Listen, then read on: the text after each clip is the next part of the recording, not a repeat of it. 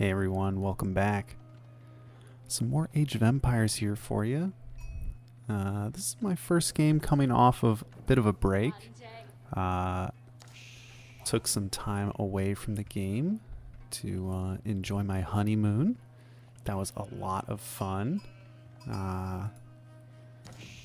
And now I'm back, and unfortunately I was on a bit of a winning streak when I left, so I'm coming back pretty much at my highest MMR while incredibly rusty, so I do not have high expectations coming into this match. I'm up against my opponent Alice Cartlet, playing as the Abbasid. We're both at the Diamond 1 level, so I had been kind of floating around in Platinum 1, 2, and 3, playing as the Chinese, but here we are in Diamond 1. Up against the Abbasid, gotta watch out for lots of town centers, giving them an economic advantage, which they're gonna leverage in the Castle Age.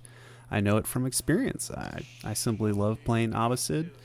My plan here as the Chinese is to get my 2 TC Song Dynasty, and that'll hopefully allow me to stay on pace with the villager production from my opponent, and then brace for whatever Castle Age units they send my way. I'm going to try and gather up some extra wood going into the Feudal Age, but I actually grabbed a bit too much food here, so I've got kind of a slow age 2, just a bit of the rustiness. But we're getting our Imperial Academy. We were able to get it on this mill, so this mill is going to be producing extra gold or extra taxes.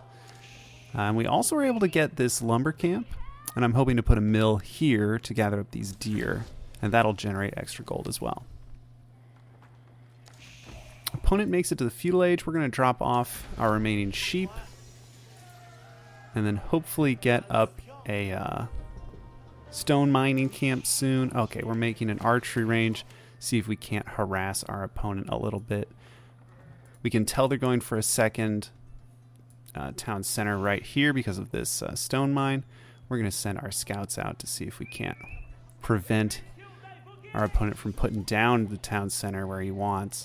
You can see I'm parking my scouts near these deer to prevent him from putting the town center here, because this is an optimal spot. Spotting a stable, which is really unfortunate because my archer is just showing up. His horseman will be able to counter me really well, so I don't think I'm going to make a second archer. I can send my archer in, but we don't have much, and he's sending his villagers up this way. I think that's where the second town center is going to be.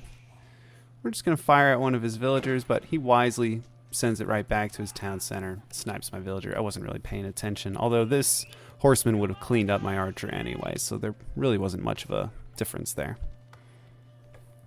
And you can see, I'm pretty sure the town center's up here. We're probably going to send our scout to check it out. And this is something that is actually getting adjusted in the upcoming updates. It's so easy to get up a second town center. We're going to be seeing a town center nerf, likely coming in the next update, the major update that's taking place in October. It's simply way too easy. Oh, he's actually attacking one of the sheep. Convenient. It's just way too easy to build town centers. And so in the next update, the cost of town centers is going to be increased by 50 stone. And the build time for town centers is going to be increased a little bit. It'll make it so that when you produce maybe some horsemen from his stables, or maybe archers, or in the opposite case, maybe some camel archers, you'll be able to actually prevent a town center from being built. Or at the very least, you're going to kill a lot of villagers as it's being constructed. So I'm kind of looking forward to that change.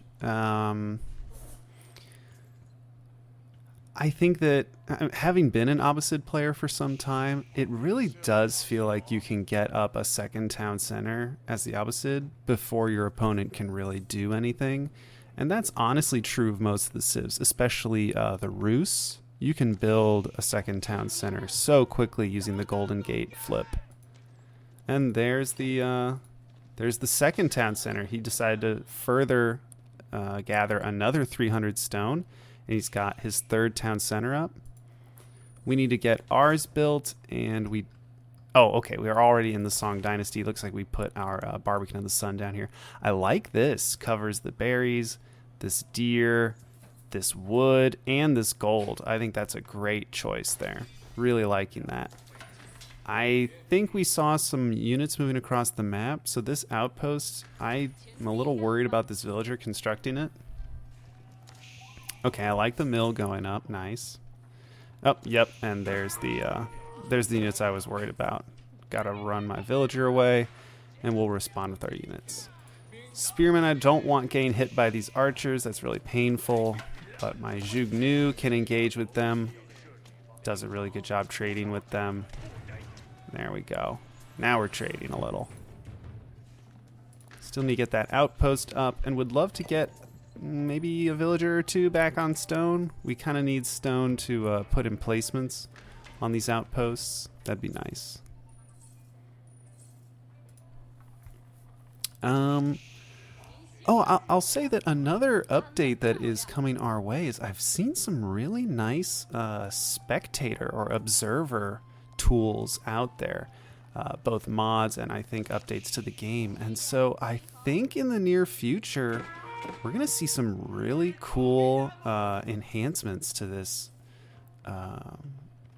this observer tools. I've seen things like hiding the game time so that the audience won't know when the game is going to end. Seen sacred site timers that actually work. Just some really exciting stuff coming out. Really looking forward to that.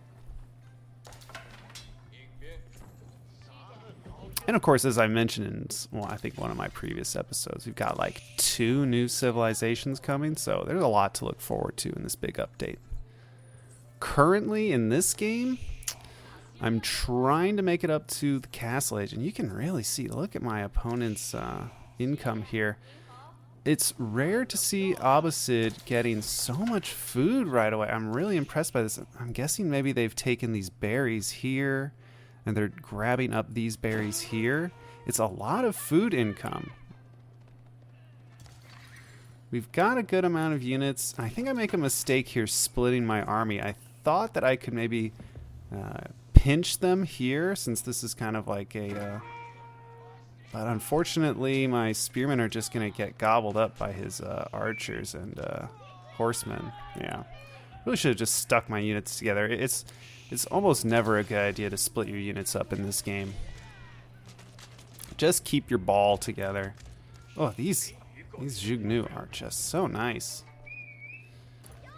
In retrospect, maybe I should have kept making them. I mean, they're trading with his archers really well. And all I need to do is keep spearmen on top of my Zhugnu in case his horsemen get on top of them. And I need this horseman to engage. He's targeting down the Zhugnu, but now I'm targeting down his archers, so it's turning into a bit of a trade here. We're seeing barracks being put up front. We hit the Castle Age. Yeah, the trades have been okay. He doesn't have any upgrades, same as us. Yeah, we're fighting it out. Ooh, random Zhugnu over there. Not great.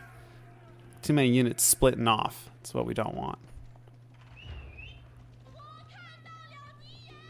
Yeah, he's making a lot of horsemen. I think he's trying to bait me into making a lot of spearmen. Then he can easily flood me with man-at-arms or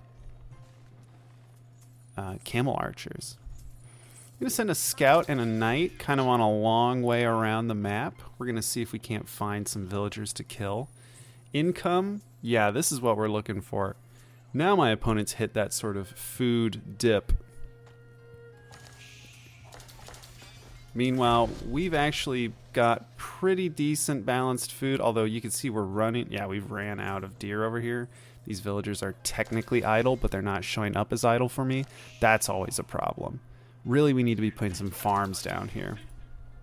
The farm transition needs to start. My opponent is clearly already looking at the farm transition. Look at the wood income from my opponent. All that wood is likely going to be put into more towns or more military production, maybe walls and farms. Just farms. My opponent's likely going to get the agriculture upgrade. It's such a good one for the Abbasid. And there's some man-at-arms. We've gotten our ranged upgrade, but he doesn't actually have all that many ranged units. And this, I mean, it looks like I got the spearmen to take on his horsemen, but the man-at-arms are the real issue here. Fortunately, they're slow, so we can kind of back up fire, but now my spearmen aren't fighting his horsemen. They're just getting mowed down by these man-at-arms. Not good. Yeah, these man-at-arms are just too tanky. We need crossbowmen. And yeah, I think now I'm recognizing that and we're building more. Because yeah, these Jugnu just aren't effective versus man-at-arms. Sending our knight and scout around. Still hoping to get some villager kills here. Let's see if they find anything. We're walling off sections of the map, but we actually are running into villagers out here. He's already put a outpost down here. That's really cool. Now we're finding some villagers up here. We're going to hopefully get some kills. Okay, yeah. Getting a villager kill there.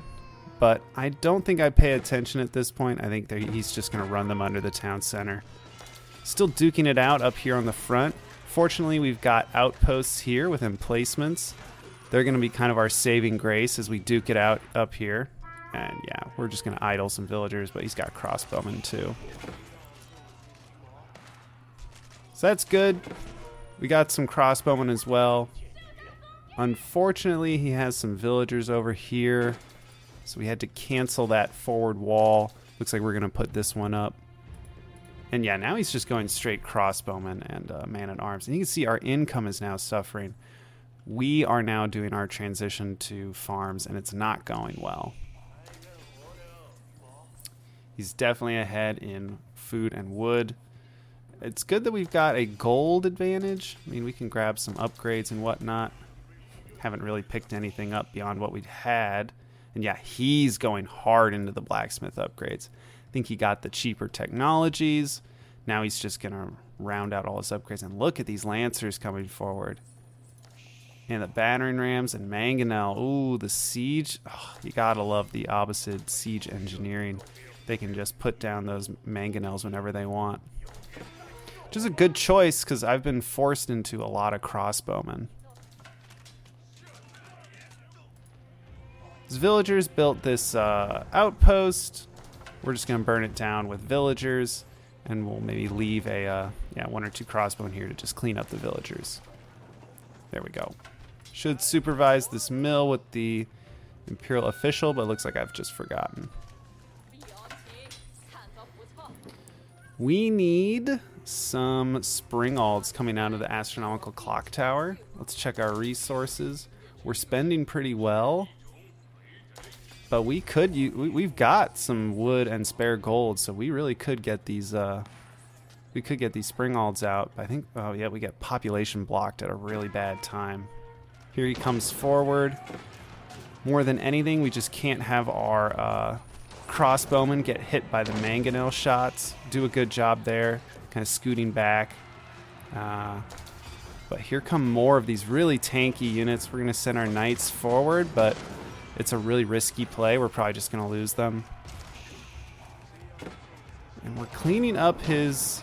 Yeah, we're cleaning up his crossbowmen, but here come even more. Look at all of these units. And he's got plenty more to spare. I just don't have the crossbowmen to deal with all of this infantry. Really, we need either walls or just an absolute army of crossbowmen. I think the economic advantage that my opponent got from his 3 town centers, I just cannot keep up with it.